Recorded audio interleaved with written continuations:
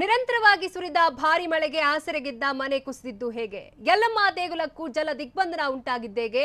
ನೆರೆಪೀಡಿತ ಜಿಲ್ಲೆಗಳ ಬಗ್ಗೆ ಸಿಎಂ ಕೊಟ್ಟ ಆಶ್ವಾನೆಯಾದ್ರೂ ಏನು? ಸರ್ಕಾರಕ್ಕೆ ಮಾಜಿ ಸಿಎಂ ಎಚ್ಡಿಕೆ ಯಾವ ಪ್ಯಾಕೇಜ್ಗೆ ಆಗ್ರಹಿಸಿದ್ರು ನೋಡೋಣ ಸ್ಟೇಟ್ ನ್ಯೂಸ್ ಎಕ್ಸ್‌ಪ್ರೆಸ್ ನಲ್ಲಿ.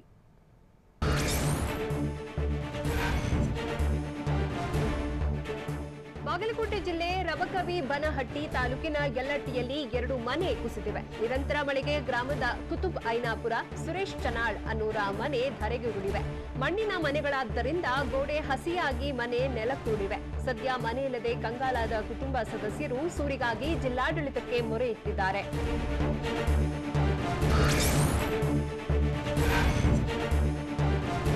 ಅಥಣಿ ತಾಲೂಕಿನ ಇಂಗಳಗಾಂವ್ ಗ್ರಾಮದ ಬಳಿ ದೇಗುಲವೊಂದು ಜಲಾವೃತವಾಗಿದೆ. ಸತತ ಮಳೆಗೆ ಗ್ರಾಮದ ಸಮೀಪ ಹಳ್ಳ ತುಂಬಿ ಹರಿಯುತ್ತಿದ್ದು ಯಲ್ಲಮ್ಮ ದೇಗುಲ ಮುಳುಗಿದೆ. ಅಲ್ಲದೆ ರಸ್ತೆ ಮೇಲೆ ನೀರು ಹರಿಯುತ್ತಿದ್ದು ಕರ್ನಾಟಕ ಮಹಾರಾಷ್ಟ್ರ ಮಧ್ಯದ ರಸ್ತೆ ಸಂಪರ್ಕ ಕಟ್ಟಾಗಿದೆ. ಭಾರೀ ವರ್ಷಧಾರೆಗೆ ಹಳ್ಳ ಕೊಳ್ಳ ಉಕ್ಕಿ ಹರಿಯುತ್ತಿವೆ.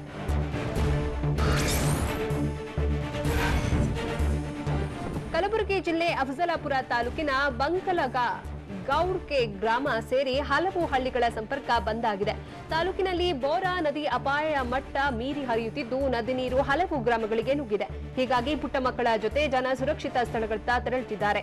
ರಸ್ತೆ ಸಂಪರ್ಕ ಕಡಿತ ಆಗಿರುವುದರಿಂದ ನೀರಿನಲ್ಲೇ ಜನರು ಹೆಜ್ಜೆ ಹಾಕುವಂತಾಗಿದೆ.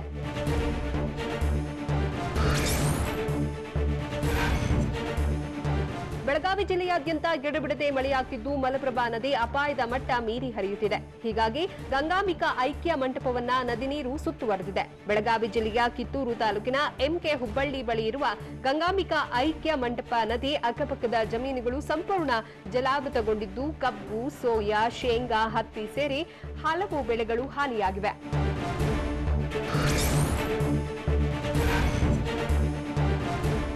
ರಾಜ್ಯದಲ್ಲಿ ಮಳೆಯಿಂದಾಗಿ ಅಪಾರ ಹಾನಿ ಉಂಟಾಗಿದೆ. ಹೀಗಾಗಿ ಮಳೆ ಪೀಡಿತ ಜಿಲ್ಲೆಗಳ ಜಿಲ್ಲಾಧಿಕಾರಿಗಳ ಜೊತೆ ನಾಳೆ ವಿಡಿಯೋ ಕಾನ್ಫರೆನ್ಸ್ ನಡೆಸುತ್ತೇನೆ ಅಂತ ಸಿಎಂ ಬಿಎಸ್ವೈ ಹೇಳಿದ್ದಾರೆ. ಜಿಲ್ಲಾ ಉಸ್ತುವಾರಿ ಸಚಿವರುಗಳಿಗೆ ಮಳೆ ಪೀಡಿತ ಪ್ರದೇಶಗಳಿಗೆ ಭೇಟಿ ನೀಡಿ ವರದಿ ನೀಡುವಂತೆ ಸೂಚನೆ ನೀಡಲಾಗಿದ್ದು ಸಚಿವರು ಖುದ್ದು ಸ್ಥಳಕ್ಕೆ ಹೋಗುವಂತೆ ಹೇಳಿದ್ದೇನೆ. ಅಗತ್ಯ ಹಣವನ್ನ ಬಿಡುಗಡೆ ಮಾಡಿರುವುದಾಗಿ ಸಿಎಂ ಹೇಳಿದರು.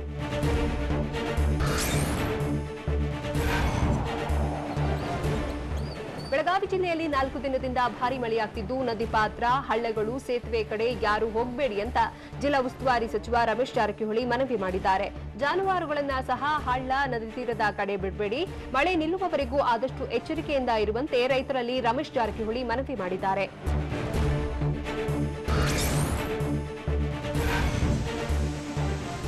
ಉತ್ತರ ಕರ್ನಾಟಕ ಭಾಗದಲ್ಲಿ ಭಾರಿ ಮಳೆಯಿಂದ ಅವಾಂತರವೇ ಸೃಷ್ಟಿಯಾಗಿದೆ. ಹಾನಿಗೊಳಗಾದ ಪ್ರದೇಶಗಳಿಗೆ ವಿಶೇಷ ಪ್ಯಾಕೇಜ್ ನೀಡುವಂತೆ ಸರ್ಕಾರಕ್ಕೆ ಮಾಜಿ ಸಿಎಂ ಕುಮಾರಸ್ವಾಮಿ ಟ್ವಿಟರ್ನಲ್ಲಿ ಆಗ್ರಹಿಸಿದ್ದಾರೆ.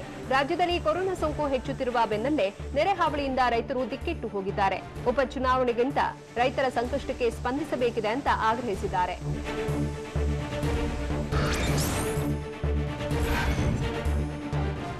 ಬಾಗಲಕೋಟೆ ಜಿಲ್ಲೆಯಲ್ಲಿ ಭಾರಿ ಮಳೆಯಿಂದ ಇಡೀ ಜಿಲ್ಲೆಯ ಜನ ಕಂಗೆಟ್ಟು ಹೋಗಿದ್ದಾರೆ. ಹೀಗಾಗಿ ಬಾದಾಮಿ ಕ್ಷೇತ್ರದಲ್ಲಿ 6 ದಿನದಲ್ಲಿ 760 ಮನೆಗಳು ಕುಸಿತಗೊಂಡಿವೆ. ಅಧಿಕಾರಿಗಳಿಂದ ಮಾಜಿ ಸಿಎಂ ಸಿದ್ದರಾಮಯ್ಯ ಮಾಹಿತಿ ಪಡೆದಿದ್ದಾರೆ. ಅಕ್ಟೋಬರ್ 19, 20ರಂದು 2 ದಿನ ಬಾದಾಮಿ ಕ್ಷೇತ್ರದಲ್ಲಿ ಪ್ರವಾಸ ನಡೆಸಲಿದ್ದು ಮಳೆ ಹಾನಿ ಬಗ್ಗೆ ಪರಿಶೀಲನೆ ನಡೆಸಲಿದ್ದಾರೆ.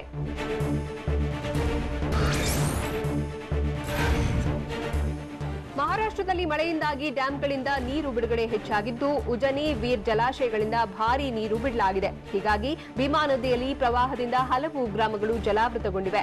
ಅಫಜಲಪುರ ತಾಲೂಕಿನ 6 ಗ್ರಾಮಗಳಿಗೆ ನೀರು ನುಗ್ಗಿದೆ. ಕಲಬುರಗಿ ಜಿಲ್ಲೆ ಅಫಜಲಪುರ ತಾಲೂಕಿನ ನಂದರಗಿ, ಅಳ್ಳಗಿ, ಜೇವರ್ಗಿ, ದಿಕ್ಸಂಗ, ಬಂಕಲಗ ಗ್ರಾಮಗಳಲ್ಲಿ ಜನ ಸಂಕಷ್ಟಕ್ಕೆ ಸಿಲುಕಿದ್ದಾರೆ.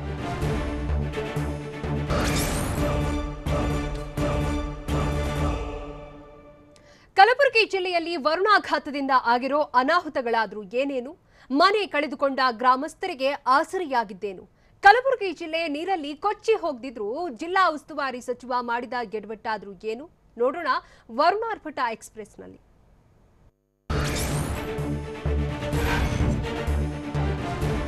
ಕಲಬುರಗಿ ಜಿಲ್ಲೆಯಲ್ಲಿ ಮಹಾಮಳೆಯಿಂದ ಭಾರಿ ಅವಾಂತರ ಸೃಷ್ಟಿಯಾಗಿದೆ. ಜಿಲ್ಲೆಯ ಚಿತ್ತಾಪುರ ತಾಲೂಕಿನ ಬಳವಡಗಿ, ಸನ್ನತಿ, ಕೊಲ್ಲೂರ, ಎಂಗಳಗಿ, ಕುಂದನೂರು ಗ್ರಾಮಗಳು ಜಲಾವೃತಗೊಂಡಿವೆ. ಮನೆಗಳ ಚಾವಣಿಗಳ ಮೇಲೆ ಗ್ರಾಮದ ಜನರು ಕುಳಿತಿದ್ದು ಭೀಮಾ ನದಿ ಪ್ರವಾಹದಿಂದ ಗ್ರಾಮಗಳು ಜಲಾವೃತಗೊಂಡಿದೆ. ಇದರಿಂದ ಜನ ಪರದಾಡುವಂತಾಗಿದೆ.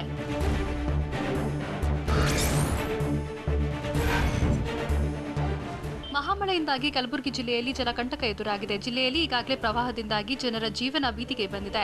ಮನೆಗಳಿಗೆ ನೀರು ನುಗ್ಗಿ ಜನಜೀವನ ಅಸ್ತವ್ಯಸ್ತಗೊಂಡಿದೆ. ಎಲ್ಲವನ್ನೂ ಕಳ್ಕೊಂಡು ಜನ ಕಣ್ಣೀರಿಡುತ್ತಿದ್ದಾರೆ. ಆದರೆ ಜಿಲ್ಲಾ ಉಸ್ತುವಾರಿ ಸಚಿವ ಗೋವಿಂದ ಕಾರಜೋಳ ಮಾತ್ರ ಒಮ್ಮೆಯೂ ಇತ್ತ ತಲೆ ಹಾಕಿಲ್ಲ. ಕೇವಲ ಫೋನ್ ಮೂಲಕವೇ ಮಾಹಿತಿ ಸಂಗ್ರಹ ಮಾಡುತ್ತಿರುವುದು ಜನರ ಆಕ್ರೋಶಕ್ಕೆ ಕಾರಣವಾಗಿದೆ.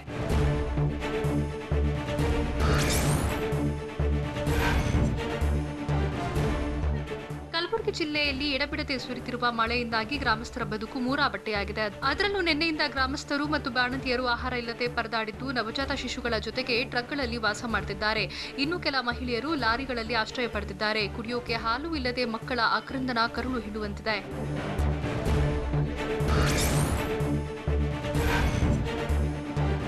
ಕಲಬುರಗಿ ಜಿಲ್ಲೆ ಮಳೆ ಮತ್ತು ಪ್ರವಾಹದಿಂದಾಗಿ ಕೊಚ್ಚಿ ಹೋಗ್ತಿದ್ರೆ ಜಿಲ್ಲಾ ಉಸ್ತುವಾರಿ ಸಚಿವ ಗೋವಿಂದ ಕಾರಜೋಳಗೆ ಮಾತ್ರ ಬೈ ಎಲೆಕ್ಷನ್ನೇ ಮುಖ್ಯವಾಗಿ ಹೋಗಿದೆ. ಕಲಬುರಗಿಯಲ್ಲಿ ಪ್ರವಾಹ ಬಂದರೂ ಸಚಿವರು ಮಾತ್ರ ಇತ್ತ ಸುಳಿದಿಲ್ಲ. ಶಿರಾ ಬೈ ಎಲೆಕ್ಷನ್ನಲ್ಲಿ ಕಾರಜೋಳ ಬ್ಯುಸಿಯಾಗಿದ್ದು ಅಲ್ಲಿ ಬಿಜೆಪಿ ಅಭ್ಯರ್ಥಿಯನ್ನ ಗೆಲ್ಲಿಸುವ ಸಲುವಾಗಿ ಕಸರತ್ತು ನಡೆಸಿದ್ದಾರೆ.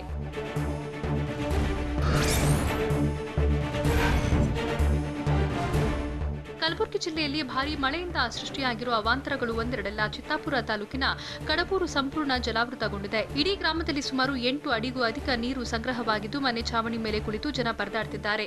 ಪ್ರವಾಹದ ನೀರು ಯಾವಾಗ ಇಳಿಕೆ ಆಗುತ್ತೋ ಅಂತ ಗ್ರಾಮಸ್ಥರು ಕಾಯ್ತಿದ್ದಾರೆ. ಇಡೀ ಗ್ರಾಮ ಜಲಾವೃತವಾಗಿರೋದ್ರಿಂದ ತುತ್ತು ಅನ್ನಕ್ಕೂ ಜನ ಪೇಚಾಡುವಂತ ಪರಿಸ್ಥಿತಿ ನಿರ್ಮಾಣ ಆಗಿದೆ.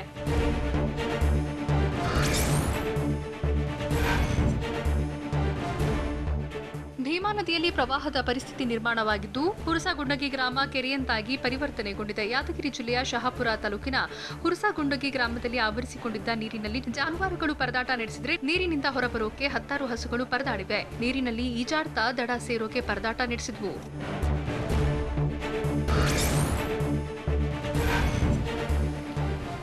ಬೆಳಗಾವಿ ಜಿಲ್ಲೆಯಾದ್ಯಂತ ಭಾರೀ ಮಳೆ ಆಗ್ತಿರೋದ್ರಿಂದ ಹಳ್ಳಗಳು ಅಪಾಯದ ಮಟ್ಟ ಮೀರಿ ಹರಿತಾ ಇವೆ.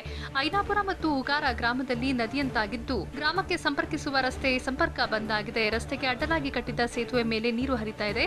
ರಸ್ತೆ ಇಲ್ಲದೆ ಇರೋದ್ರಿಂದ ಆಸ್ಪತ್ರೆಗೆ ಹೋಗಬೇಕಿದ್ದ ಗ್ರಾಮಸ್ಥರು ಪರದಾಟ ನಡೆಸಿದ್ದಾರೆ.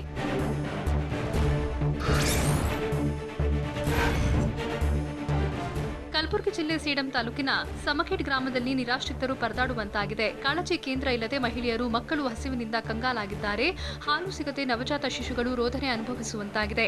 ಸಮಸ್ಯೆ ಕಣ್ಣಾರೆ ಕಂಡ ಟಿವಿ9 ತಂಡ ಮಹಿಳೆಯರು ಮಕ್ಕಳು ಪೊಲೀಸರಿಗೆ ಬಿಸ್ಕೆಟ್ ನೀರಿನ ಬಾಟಲ್ ಪ್ಯಾಕೆಟ್ ವಿತರಿಸಿದೆ. ಟಿವಿ9 ಸಹಾಯಕ್ಕೆ ನಿರಾಶ್ರಿತರು ಮೆಚ್ಚುಗೆ ಸೂಚಿಸಿದ್ದಾರೆ.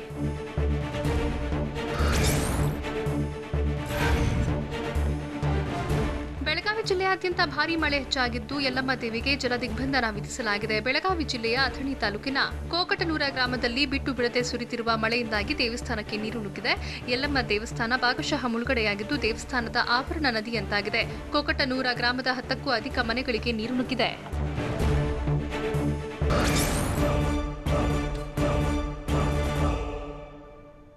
ಆರ್ಆರ್ ನಗರ ಮತ್ತು ಶಿರಾ ಕ್ಷೇತ್ರದ ಮಿನಿವಾರ್ ಅಖಾಡದಲ್ಲಿ ಜನನಾಯಕರ ಜಂಗಿ ಕುಸ್ತಿ.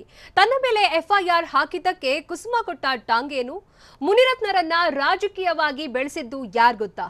ನೋಡೋಣ ಮಿನಿವಾರ್ ಎಕ್ಸ್‌ಪ್ರೆಸ್‌ನಲ್ಲಿ. ರಾಜರಾಜೇಶ್ವರಿ ನಗರ ಮತ್ತು Sira by election date fix ಆಗ್ತಿದ್ದಂತೆ ಪಕ್ಷಗಳ ನಾಯಕರ ಮಧ್ಯೆ ಮಾತಿನ ವಾಕ್ಸಮರ ಶುರುವಾಗಿದೆ. ಕಾಂಗ್ರೆಸ್ ಬಿಟ್ಟು ಬಿಜೆಪಿಯಿಂದ ಅಖಾಡಕ್ಕಿಳಿದಿರೋ ಮುನಿರತ್ನ ವಿರುದ್ಧ ಕಿಡಿಕಾರಿರುವ ಕೆಪಿಸಿಸಿ ಅಧ್ಯಕ್ಷ ಡಿಕೆಶಿ, ಮುನಿರತ್ನನ್ನ ನಾವೇ ಬೆಳೆಸಿದ್ದು ಕಾಂಗ್ರೆಸ್, ಜೆಡಿಎಸ್, ಆರ್ಎಸ್ಎಸ್, ಬಿಜೆಪಿ ಎಲ್ಲರದ್ದು ಒಂದೇ ಉದ್ದೇಶ, ಬಿಜೆಪಿ ಕ್ಯಾಂಡಿಡೇಟ್ನ ಸೋಲಿಸೋದು ಅಂತ ಹೇಳಿದ್ರು. ರಾಜರಾಜೇಶ್ವರಿ ನಗರ ಬೈ ಎಲೆಕ್ಷನ್ ನಾಮಪತ್ರ ಸಲ್ಲಿಕೆಯಲ್ಲಿ ಕಾಂಗ್ರೆಸ್ ಚುನಾವಣಾ ನೀತಿ ಸಂಹಿತೆಯನ್ನು ಉಲ್ಲಂಘಿಸಿದೆ. ಹೀಗಾಗಿ ಪ್ರಕರಣ ದಾಖಲಾಗಿದ್ದು ಕಾನೂನು ಎಲ್ಲರಿಗೂ ಒಂದೇ ಅಂತ ಗೃಹ ಸಚಿವ ಬಸವರಾಜ ಬೊಮ್ಮಾಯಿ ಹೇಳಿದ್ರು.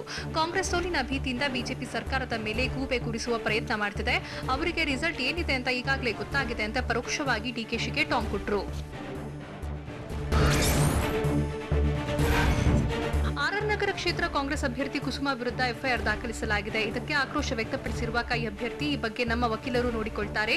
ನಾವು ಯಾವುದೇ ರಾಜಕಾರಣ ಮಾಡೋದಕ್ಕೆ ಇಲ್ಲಿಗೆ ಬಂದಿಲ್ಲ, ನಾನು ಕ್ಷೇತ್ರದ ಜನರ ಸೇವೆ ಮಾಡೋದಕ್ಕೆ ಬಂದಿದ್ದೇನೆ ಅನ್ನೋ ಮೂಲಕ ಬಿಜೆಪಿಗೆ ಟಾಂಗ್ ಕೊಟ್ರು. ಆರ್ಆರ್ ನಗರ ಕಾಂಗ್ರೆಸ್ ಅಭ್ಯರ್ಥಿ ಕುಸುಮಾ ವಿರುದ್ಧ ಎಫ್ಐಆರ್ ವಿಚಾರ ರಾಜಕೀಯ ತಿರುವು ಪಡ್ಕೊಂಡಿದೆ. ಈ ಬಗ್ಗೆ ಸ್ಪಷ್ಟನೆ ನೀಡಿರುವ ಡಿಸಿಎಂ ಅಶ್ವಥ್ ನಾರಾಯಣ್, ಚುನಾವಣಾ ಇಲಾಖೆ ಸ್ವತಂತ್ರ ಇಲಾಖೆಯಾಗಿದ್ದು ಎಲೆಕ್ಷನ್ ಕೋಡ್ ಆಫ್ ಕಂಡಕ್ಟ್ನಂತೆ ಕೇಸ್ ದಾಖಲಿಸಿಕೊಂಡಿದ್ದಾರೆ. ಸುಖ ಸುಮ್ಮನೆ ಏನು ಮಾಡೋಕೆ ಆಗಲ್ಲ, ಎಲ್ಲವುದಕ್ಕೂ ರಾಜಕೀಯ ಪ್ರೇರಿತ ಅನ್ನೋದು ಸರಿಯಲ್ಲ ಅಂತ ಡಿಸಿಎಂ ಹೇಳಿದ್ರು. ಆರ್ಆರ್ ರಾಮನಗರ ಕ್ಷೇತ್ರ ಕಾಂಗ್ರೆಸ್ ಅಭ್ಯರ್ಥಿ ವಿರುದ್ಧ ಎಫ್ಐಆರ್ ವಿಚಾರಕ್ಕೆ ಸಂಬಂಧಿಸಿದಂತೆ ಸ್ಪಷ್ಟನೆ ನೀಡಿರುವ ಚುನಾವಣಾಧಿಕಾರಿ ಎನ್ ಮಂಜುನಾಥ್ ಪ್ರಸಾದ್ ಕೋವಿಡ್ ನಿಯಮ ಉಲ್ಲಂಘಿಸಿ ಯಾರೇ ತಪ್ಪು ಮಾಡಿದ್ರು ಅವರ ವಿರುದ್ಧ ಕ್ರಮ ಕೈಗೊಳ್ತೀವಿ ಅಂತ ಹೇಳಿದ್ರು. ನಾಮಪತ್ರ ಸಲ್ಲಿಕೆ ವೇಳೆ ಎಷ್ಟು ಜನ ಇರಬೇಕೆಂದು ನಿಗದಿಪಡಿಸಿದಷ್ಟು ಜನ ಮಾತ್ರ ಉಪಸ್ಥಿತರಿರಬೇಕು. ನಿಯಮ ಉಲ್ಲಂಘಿಸಿದರೆ ಪ್ರಕರಣ ದಾಖಲಿಸಲಾಗುವುದು ಅಂತ ಎಚ್ಚರಿಕೆ ಕೊಟ್ಟರು. ರಾಜರಾಜೇಶ್ವರಿ ನಗರ ವಿಧಾನಸಭಾ ಕ್ಷೇತ್ರ ಉಪಚುನಾವಣೆ ಪ್ರಚಾರ ಕಾವು ರಂಗೇರಿದ್ದು ಜೆಡಿಎಸ್ ಅಭ್ಯರ್ಥಿ ವಿ ಕೃಷ್ಣಮೂರ್ತಿ ಭರ್ಜರಿ ಪ್ರಚಾರ ನಡೆಸಿದರು. ನಾಮಪತ್ರ ಸಲ್ಲಿಸಿದ ಬೆನ್ನಲ್ಲೇ ಕೃಷ್ಣಮೂರ್ತಿ ಭರ್ಜರಿ ಮತಬೇಟೆ ನಡೆಸಿದ್ದಾರೆ. ಯಶವಂತಪುರ ವಾರ್ಡ್ನಲ್ಲಿ ಮನೆ ಮನೆಗೆ ಭೇಟಿ ಕೊಟ್ಟು ಕೃಷ್ಣಮೂರ್ತಿ ಮತಯಾಚಿಸಿದ್ರು. ವಿವಿಧ ಜೆಡಿಎಸ್ ಮುಖಂಡರ ಭೇಟಿ ಮಾಡಿ ಬೆಂಬಲ ನೀಡುವಂತೆ ಕೂಡ ಮನವಿ ಮಾಡಿದ್ರು. ಶಿರಾ ಬೈ-ಎಲೆಕ್ಷನ್ ಅಖಾಡದಲ್ಲಿ ಕಾಂಗ್ರೆಸ್ ರಣಕಹಳೆ ಮೊಳಗಿಸಿದೆ. ಕಾಂಗ್ರೆಸ್ ಅಭ್ಯರ್ಥಿಯಾಗಿ ಟಿಬಿ ಜಯಚಂದ್ರ ಇಂದು ನಾಮಪತ್ರ ಸಲ್ಲಿಸಿದ್ರು. ಟಿಬಿ ಜಯಚಂದ್ರಗೆ ಕೆಪಿಸಿಸಿ ಅಧ್ಯಕ್ಷ ಡಿಕೆ ಶಿವಕುಮಾರ್, ಮಾಜಿ ಸಿಎಂ ಸಿದ್ದರಾಮಯ್ಯ ಸಾಥ್ ನೀಡಿದ್ರು. ನಾಮಿನೇಷನ್ ಪ್ರಕ್ರಿಯೆ ಬಳಿಕ ಶಿರಾದ ಪ್ರಮುಖ ರಸ್ತೆಗಳಲ್ಲಿ ಎಲ್ಲಾ ನಾಯಕರು ಮೆರವಣಿಗೆಯಲ್ಲಿ ಪಾಲ್ಗೊಂಡಿದ್ರು. ಶಿರಾ ಉಪಚುನಾವಣೆಯು ತ್ರಿಕೋನ ಸ್ಪರ್ಧೆಯಿಂದ ಕೂಡಿದ್ದು ಜನರು ಒಳ್ಳೆಯ ನಿರ್ಧಾರ ತೆಗೆದುಕೊಳ್ಳಬೇಕಿದೆ ಅಂತ ಮಾಜಿ ಸಿಎಂ ಸಿದ್ದರಾಮಯ್ಯ ಹೇಳಿದ್ದಾರೆ. ಟಿಬಿ ಜಯಚಂದ್ರ ನಾಮಪತ್ರ ಸಲ್ಲಿಕೆ ವೇಳೆ ಮಾತನಾಡಿದ ಸಿದ್ದು, ರಾಜ್ಯದಲ್ಲಿ ನಿಷ್ಕ್ರಿಯ ಸರ್ಕಾರ ಇದೆ. ಈ ಸರ್ಕಾರಕ್ಕೆ ಎಚ್ಚರಿಕೆ ಗಂಟೆ ಬಾರಿಸಬೇಕಿದೆ. ಬಿಜೆಪಿ ಸರ್ಕಾರ ರಾಜ್ಯವನ್ನು ಆರ್ಥಿಕ ದಿವಾಳಿ ಮಾಡಿದ್ದು, ಕಾಂಗ್ರೆಸ್ ಸರ್ಕಾರದ ಅವಧಿಯಲ್ಲಿ ಜಯಚಂದ್ರ ಅಭಿವೃದ್ಧಿ ಕೆಲಸ ಮಾಡಿದ್ದಾರೆ ಅಂತ ಸಿದ್ದು ಹೇಳಿದರು. ಶಿರಾ ಉಪಚುನಾವಣೆಯಲ್ಲಿ ಕಾಂಗ್ರೆಸ್ ಅಭ್ಯರ್ಥಿ ಟಿಬಿ ಜಯಚಂದ್ರ ಅವರನ್ನ ಈ ಬಾರಿ ಗೆಲ್ಲಿಸಿ ಅಂತ ಕೆಪಿಸಿಸಿ ಅಧ್ಯಕ್ಷ ಡಿಕೆ ಶಿವಕುಮಾರ್ ಹೇಳಿದ್ದಾರೆ. ಶಿರಾದಲ್ಲಿ ಮಾತನಾಡಿದ ಡಿಕೆಶಿ, ಶಿರಾ ಜನರ ಉತ್ಸಾಹ ಫಲಿತಾಂಶ ಏನಾಗುತ್ತೆ ಅಂತ ತೋರಿಸುತ್ತೆ. ಜಯಚಂದ್ರ ಅಧಿಕಾರದಲ್ಲಿದ್ದಾಗ 2500 ಕೋಟಿ ಅನುದಾನ ತಂದು ಅಭಿವೃದ್ಧಿ ಗುಡ್ಡೆಗಳನ್ನು ನಿರ್ಮಿಸಿದ್ದಾರೆ. ಇಲ್ಲಿ ನಮ್ಮ ಅಭ್ಯರ್ಥಿಗಳನ್ನ ಗೆಲ್ಲಿಸಿ ಸರ್ಕಾರದ ಆಡಳಿತ ಸರಿಯಿಲ್ಲ ಅನ್ನೋ ಸಂದೇಶ ನೀಡಬೇಕು ಅಂತ ಹೇಳಿದರು.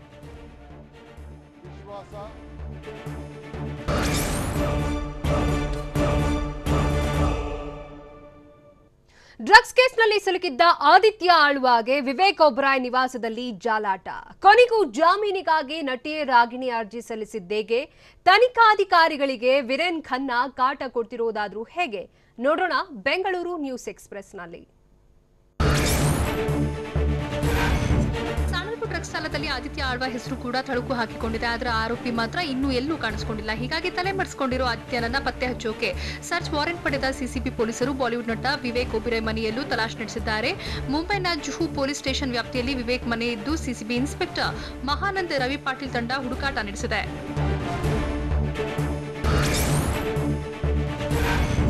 ಸ್ಯಾಂಡಲ್ವುಡ್ ನಶೆ ಕೇಸ್ನಲ್ಲಿ ಸಿಲುಕಿರುವ ತುಪ್ಪದ ಬೆಡಗಿ ರಾಗಿಣಿ ಕೊನೆಗೂ ಜಾಮೀನಿಗಾಗಿ ಅರ್ಜಿ ಸಲ್ಲಿಸಿದ್ದಾರೆ. ಬಂಧನವಾಗಿ ಇಷ್ಟು ದಿನಗಳಾದರೂ ಸೂಕ್ತ ವಕೀಲರ ಹುಡುಕಾಟದಲ್ಲಿದ್ದ ರಾಗಿಣಿ ಜಾಮೀನಿಗಾಗಿ ಅರ್ಜಿ ಸಲ್ಲಿಸಿರಲಿಲ್ಲ. ಆದರೆ ಇದೀಗ ಜಾಮೀನು ನೀಡುವಂತೆ ಹೈಕೋರ್ಟ್ಗೆ ರಾಗಿಣಿ ಅರ್ಜಿ ಸಲ್ಲಿಸಿದ್ದಾರೆ. ಡ್ರಗ್ಸ್ ಮಾಫಿಯಾದೊಂದಿಗೆ ನಂಟು ಹೊಂದಿದ್ದ ಆರೋಪದಲ್ಲಿ ನಟಿ ರಾಗಿಣಿ ಪರಪ್ಪನ ಅಗ್ರಹಾರ ಜೈಲಲ್ಲಿದ್ದಾರೆ.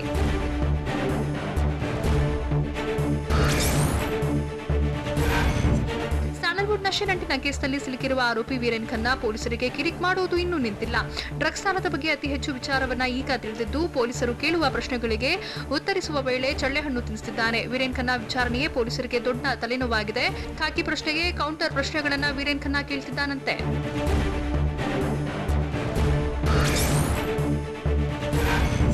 ಡ್ರಗ್ಸ್ ಕೇಸ್ನಲ್ಲಿ ಸಿಕ್ಕಿಬಿದ್ದಿರುವ ಆರೋಪಿ ಅಶ್ವಿನ್ ಬೋಗಿ ವಿಚಾರಣೆಯೇ ಪೊಲೀಸರಿಗೆ ದೊಡ್ಡ ತಲೆನೋವಾಗಿದೆ. ವಿಚಾರಣೆ ವೇಳೆ ಏನ್ ಕೇಳಿದ್ರು ನನಗೇನು ಗೊತ್ತಿಲ್ಲ ಅಂತ ಬೋಗಿ ಮೌನಕ್ಕೆ ಶರಣಾಗ್ತಿದ್ದಾನೆ. ತನಿಖಾ ಅಧಿಕಾರಿಗಳು ಏನೇ ಪ್ರಶ್ನೆ ಮಾಡಿದ್ರು ತನಿಖಾ ಅಧಿಕಾರಿಗಳಿಗೆ ಮರು ಪ್ರಶ್ನೆ ಮಾಡ್ತಿರೋ ಬೋಗಿ 40 ದಿನ ಎಲ್ಲೆಲ್ಲಿ ಹೋಗಿದ್ದೆ, ಯಾರು ನಿನ್ಗೆ ಆಶ್ರಯ ಕೊಟ್ಟಿದ್ದು ಅಂತ ಕೇಳಿದ್ರೆ ನಾನು ಬೆಂಗಳೂರು ಬಿಟ್ಟು ಎಲ್ಲೂ ಹೋಗಿಲ್ಲ ಅಂತ ಹೇಳ್ತಿದ್ದಾನೆ.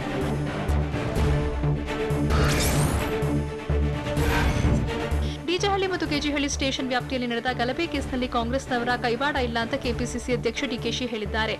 ಇದಕ್ಕೆ ಕಿಡಿಕಾರಿರುವ ಶಾಸಕ ಅಖಂಡ ಶ್ರೀನಿವಾಸ್ ಸಿಸಿಬಿ ಸಲ್ಲಿಸಿದ ಚಾರ್ಜ್ ಶೀಟ್ನಲ್ಲಿ ಸಂಪತ್ ರಾಜ್ ಹೆಸರಿದೆ. ಸಂಪತ್ ರಾಜ್ಗೆ ನನ್ನ ಮೇಲೆ ದ್ವೇಷ ಯಾಕೆ ಅಂತ ಗೊತ್ತಿಲ್ಲ. ಪಕ್ಷದಿಂದ ಸಂಪತ್ ರಾಜ್ನನ್ನ ಉಚ್ಚಾಟಿಸುವಂತೆ ಡಿಕೆಶಿ ಸಿದ್ದರಾಮಯ್ಯಗೆ ಆಗ್ರಹಿಸುವುದಾಗಿ ಅಖಂಡ ಹೇಳಿದರು.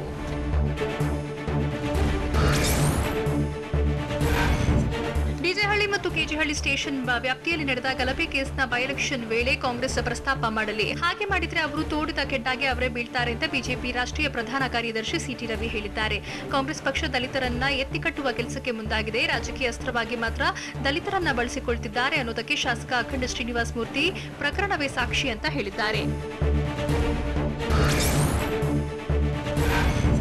ಡಿಜೆಹಳ್ಳಿ ಮತ್ತು ಕೆಜಿಹಳ್ಳಿ ಗಲಭೆ ನಡೆದ ದಿನ ನಾನು ಆ ಸ್ಥಳದಲ್ಲಿ ಇರಲಿಲ್ಲ ಅಂತ ಕಾಂಗ್ರೆಸ್ ಶಾಸಕ ರಿಜ್ವಾನ್ ಅರ್ಷಾದ್ ಹೇಳಿದ್ದಾರೆ. ಈ ಕೇಸ್ಗೆ ಸಂಬಂಧಿಸಿದಂತೆ ಎನ್ಐಎ ಅಧಿಕಾರಿಗಳು ನಮ್ಮನ್ನ ಕರೆದಿದ್ದು ಆಶ್ಚರ್ಯ ಅಂತ ಅನಿಸಿದೆ. ಹಿರಿಯ ಅಧಿಕಾರಿಗಳು ಸ್ಥಳಕ್ಕೆ ಬರೋಕೆ ಹೇಳಿದ್ರು. ಹೀಗಾಗಿ ಘಟನಾ ಸ್ಥಳಕ್ಕೆ ಹೋಗಿದ್ವಿ ಅಷ್ಟೇ, ವಿಚಾರಣೆಗೆ ಅಂತ ನನ್ನನ್ನ ಕರೆದಿಲ್ಲ, ಅಭಿಪ್ರಾಯ ಕೇಳಿದ್ದಾರೆ ಅಷ್ಟೇ ಅಂತ ರಿಜ್ವಾನ್ ಹೇಳಿದ್ರು.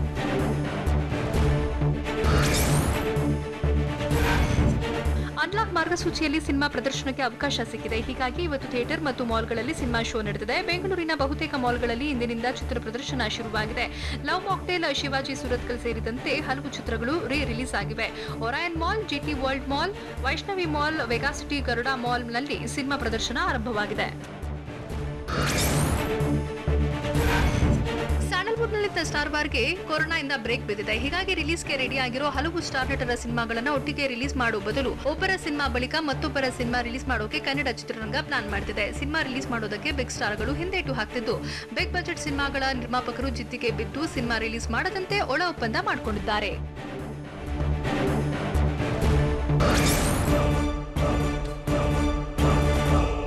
ಪ್ರಧಾನಿ ಮೋದಿ ಆಸ್ತಿ ಮೌಲ್ಯ ಹೆಚ್ಚಾಗ್ತಿದ್ದಂತೆ ಹೋಮ್ ಮಿನಿಸ್ಟರ್ ಅಮಿತ್ ಶಾ ಆಸ್ತಿ ಮೌಲ್ಯ ಕಡಿಮೆಯಾಗಲು ಕಾರಣವೇನು? ಪಂಜಾಬ್ನಲ್ಲಿ ಖಲಿಸ್ತಾನ್ ಫ್ಲಾಗ್ ಹಾರಿಸಿದ್ದಕ್ಕೆ ಅಂಧರಾಗಿದ್ದು ಎಷ್ಟು ಜನ? ಮುಂಬೈ ಮತ್ತು ಆಂಧ್ರದಲ್ಲಿ ಹೇಗಿದೆ ಗೊತ್ತಾ ವರುಣಾಘಾತ? ನೋಡೋಣ ನ್ಯಾಷನಲ್ ನ್ಯೂಸ್ ಎಕ್ಸ್‌ಪ್ರೆಸ್‌ನಲ್ಲಿ.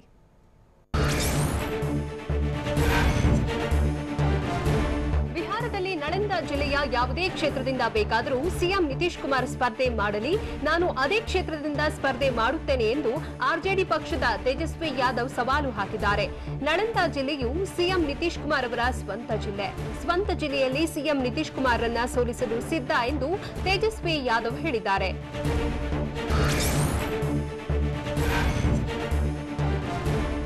ರಾಷ್ಟ್ರ ರಾಜಧಾನಿ ದೆಹಲಿಯಲ್ಲಿ ಮತ್ತೆ ವಾಯು ಗುಣಮಟ್ಟ ಕುಸಿತಗೊಂಡಿದೆ. ದೆಹಲಿಯ ಐಟಿಒ ಸರ್ಕಲ್ನಲ್ಲಿ ವಾಯು ಗುಣಮಟ್ಟ ಸೂಚ್ಯಂಕ 366, ಆರ್ಕೆ ಪುರಂನಲ್ಲಿ 309, ಆನಂದ ವಿಹಾರ್ನಲ್ಲಿ 313, ವಜೀರಾಪುರನಲ್ಲಿ 339 ಸೂಚ್ಯಂಕ ದಾಖಲಾಗಿದೆ. ತೀರಾ ಕಳಪೆ ಕೆಟಗರಿಯಲ್ಲಿ ದೆಹಲಿಯ ವಾಯು ಗುಣಮಟ್ಟ ಸೂಚ್ಯಂಕ ಪತ್ತೆಯಾಗಿದ್ದು, ಪಂಜಾಬ್, ಹರಿಯಾಣದಲ್ಲಿ ಭತ್ತ, ಗೋಧಿಯ ಹುಲ್ಲು ಸುಡೋದ್ರಿಂದ ದೆಹಲಿಯಲ್ಲಿ ವಾಯು ಮಾಲಿನ್ಯ ಹೆಚ್ಚಳವಾಗ್ತಿದೆ.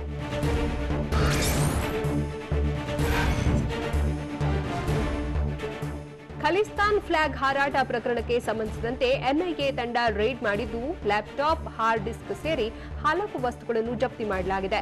ಪಂಜಾಬ್ನ 6 ಸ್ಥಳಗಳಲ್ಲಿ ಎನ್ಐಎ ತಂಡ ದಾಳಿ ನಡೆಸಿದೆ. ಖಲಿಸ್ತಾನ್ ಫ್ಲಾಗ್ ಹಾರಾಟಕ್ಕೆ ಸಂಬಂಧಿಸಿದಂತೆ ರಾಜ್ಯದಲ್ಲಿ ತೀವ್ರ ಆಕ್ರೋಶ ವ್ಯಕ್ತವಾಗಿತ್ತು.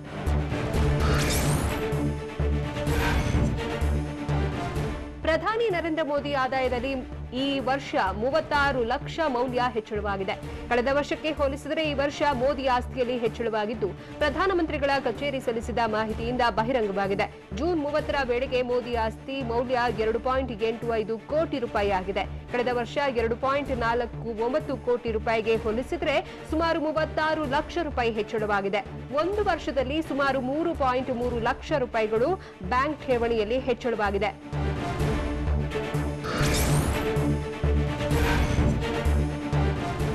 ಅತ ಪ್ರಧಾನಿ ನರೇಂದ್ರ ಮೋದಿ ಆಸ್ತಿ ಮೌಲ್ಯದಲ್ಲಿ ಏರಿಕೆಯಾಗಿದ್ರೆ, ಇತ್ತ ಗೃಹ ಸಚಿವ ಅಮಿತ್ ಶಾ ಆಸ್ತಿಯಲ್ಲಿ ಇಳಿಕೆಯಾಗಿರುವುದು ಕಂಡುಬಂದಿದೆ.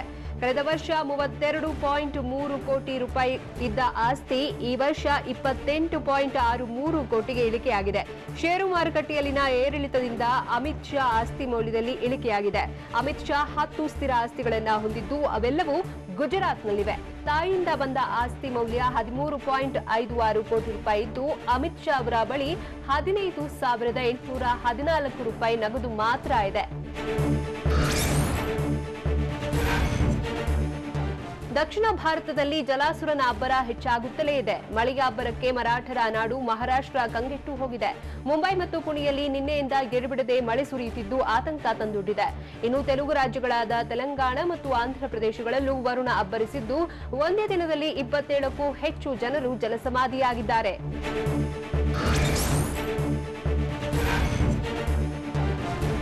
ಕೊರೋನಾ ವಿರುದ್ಧ ರಷ್ಯಾ ಮತ್ತೊಂದು ಲಸಿಕೆ ಅಭಿವೃದ್ಧಿಪಡಿಸಿದೆ.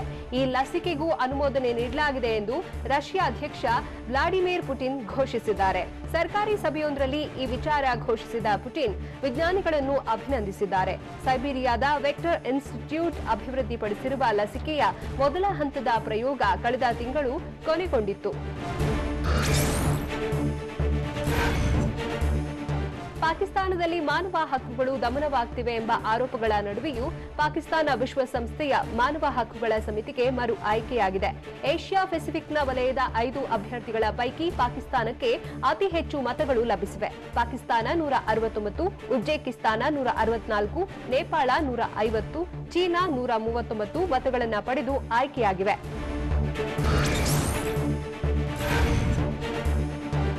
ಮಂಗಳ ಗ್ರಹದ ದಕ್ಷಿಣ ಧ್ರುವದಲ್ಲಿ ಸರೋವರ ಇರಬಹುದು ಎಂದು 2018ರಲ್ಲಿ ವಿಜ್ಞಾನಿಗಳು ಅಂದಾಜಿಸಿದ್ರು. ಆದರೆ ಪೂರಕ ದತ್ತಾಂಶಗಳ ಕೊರತೆಯಿಂದಾಗಿ ಈ ವಿಚಾರ ಅಸ್ಪಷ್ಟವಾಗಿಯೇ ಉಳಿದಿತ್ತು. ಈಗ ಇಟಲಿಯ ಸಂಶೋಧನಾ ವರದಿಯೊಂದು ಆ ಕೆಂಪು ಗ್ರಹದಲ್ಲಿ ಬೃಹತ್ ಸರೋವರ ಇದೆ ಎನ್ನುವುದಕ್ಕೆ ಪೂರಕ ಅಂಶಗಳನ್ನು ವೈಜ್ಞಾನಿಕ ವಲಯದೆದುರು ತೆರೆದಿಟ್ಟಿದೆ. ಅಷ್ಟೇ ಅಲ್ಲದೆ ಆ ಸರೋವರದ ಸನಿಹದಲ್ಲೇ ಉಪ್ಪು ನೀರಿನ 3 ಚಿಕ್ಕ ಕೊಳಗಳು ಇವೆ ಎಂದು ವರದಿ ಮಾಡಿದೆ.